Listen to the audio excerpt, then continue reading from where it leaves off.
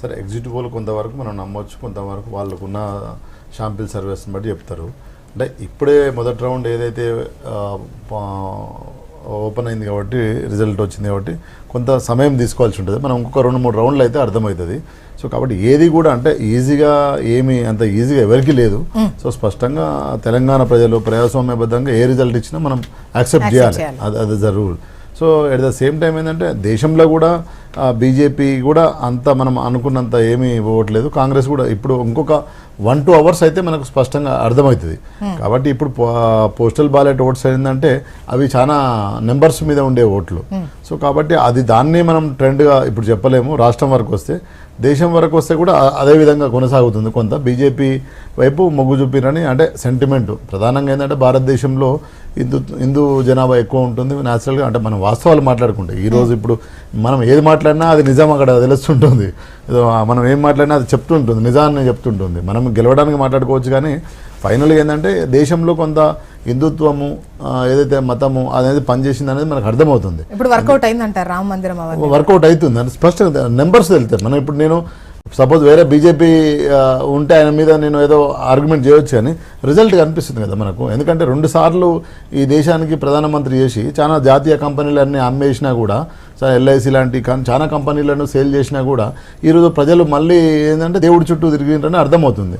కాబట్టి అది కొంత ఇబ్బందికరమైన విషయం. అంటే నేనేమంటున్నా అంటే ఇటు గ్రోతింగ్ చూడాలి, అభివృద్ధికి చూడాలి, కానీ అభివృద్ధి వైపు చూడకుండా మళ్ళీ దేవుడు అనే మతము అనే దానికి కనెక్ట్ అయ్యారనేది స్పష్టంగా అర్థమవుతుంది.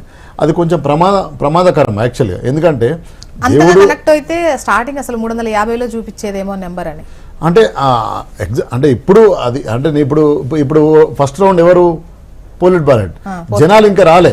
జనాలు వచ్చినప్పుడు అది తెలుస్తుంది. అంటే అంతే కదా, ఇప్పుడు వీళ్ళే ఇంత ఎడ్యుకేటెడ్ ఉన్న చదువుకున్న వాడే అభివృద్ధిని చూడకుండా, అంటే అందరినీ సమసమాజం లాగా ఆలోచించే విధానం చూడకుండా ఒక దేవుని చుట్టే హిందుత్వం అనే దాని మీద ఓటేసినట్టేనే అది ప్రమాదకరంగా స్పష్టంగా అర్థమవుతుంది. అంటే వాళ్ళు ఓటేసింది హిందుత్వానికైనా, లేదంటే మోడీని చూసి వేశారా, లేదంటే వాళ్ళు చేసిన పాలనను చూసి వేశారా? ఇప్పుడు బీజేపీ ఏమని చెప్తుంది, మా పాలన మోడీ చరిష్మా ఇవే కదా ఖచ్చితంగా. అంటే ఇప్పటి వరకు 10 ఏళ్లుగా మేము చేసినటువంటిదే అదే ఫలితంగానే రాముడిని చూసో రామ మందిరాన్ని చూసో మాకు వేశారని వాళ్ళు చెప్పారే. లేదు మేడం, మీరు సీరియస్ జర్నలిస్టు, మనం అందరం కూడా చాలా 2 దశాబ్దాల నుంచి ఉన్నాము. మోడీ ఫస్ట్ వచ్చినప్పుడు ఏమన్నాడు మేడం, అభివృద్ధి అని చెప్పిండు. అభివృద్ధి అని చెప్పి నేను బలిసినోని కొట్టి బక్కువని పైసలు పంచుతా అన్నాడు స్పష్టంగా. ఎవరైతే బ్లాక్ మనీ ఉందో ఆ బ్లాక్ మనీని తెచ్చి పేదోని పంచుతా అన్నాడు. ఎవరికైనా ఆశ ఉంటుంది కదా మేడం, న్యాచురల్గా నీకైనా ఉంటుంది, మనకైనా ఉంటుంది, సహజంగా మనిషి తత్వం. అది ఏమైంది, కాలేదు, చేయలేదు.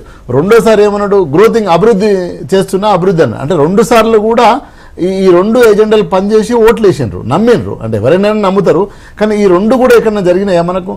ఎగ్జాంపుల్ చెప్తున్నాను నేను. ఏదైతే నల్లధనం తెస్తా అని చెప్పింది కదా మేడం, నల్లధనం కాలదని మై లాకే మై 15 లాక్ హర్ ఘర్ మీద దాల్తే అన్నాడు. ఎక్కడన్నా వేసిండా? ఎవరికన్నా వచ్చిందా? ఎవరికి రాలే కదా. మనం అది సైన్స్ స్పష్టంగా కనిపిస్తుంది. అదేవిధంగా గ్రోతింగ్ అన్నాడు. ఏం గ్రోతింగ్ అయింది మేడం? నరేగా ఉంటుంది మేడం, కాంగ్రెస్ యూపీఏ గవర్నమెంట్ చేసింది. అది 60%, అది 70% మేడం పనులకు ఉండే, చేతి పనులకు ఉండే, అంటే కూలీలకు ఉండే. 30% ఏమో మిషనరీ వర్క్ ఉండే ఆ వచ్చిన అమౌంట్లో. ఇప్పుడు మోడీ వచ్చి ఏం చేసిందంటే 60% మిషనరీకి ఇచ్చిండు, 40% ఏమో ఈ ఉపాధి హామీ వాళ్ళకు పని చేసుకునే వాళ్ళకి ఇచ్చిండు. నీకు అభివృద్ధి ఎక్కడ కనిపిస్తుంది మేడం? ఏదో అభివృద్ధి కానీ. ఇప్పుడు మనం కరోనాలో చూసినాం, నల్లధనాన్ని బంద్ చేస్తాను చూసినాం. మన అక్కలు మీలాంటి వాళ్ళు పప్పు డబ్బాలలో దాచుకున్న డబ్బులన్నీ బయటికి తీసుకొచ్చిండ్రు. ఇదంతా చూసినాం. ఎక్కడ మనకు అంటే ఇప్పుడు మనం ఒప్పుకోవాలి. ఇప్పుడు మనం ఏదో నేను రాదు అంటే ఆడేం రాకుండా పోదు, అన్నం వస్తుంది అంటే వచ్చేదేం కాదు. ఇదంతా ఏం జరగనప్పుడు ఎందుకు వేసిర్రు ఓటు అనేది ఒక క్వశ్చన్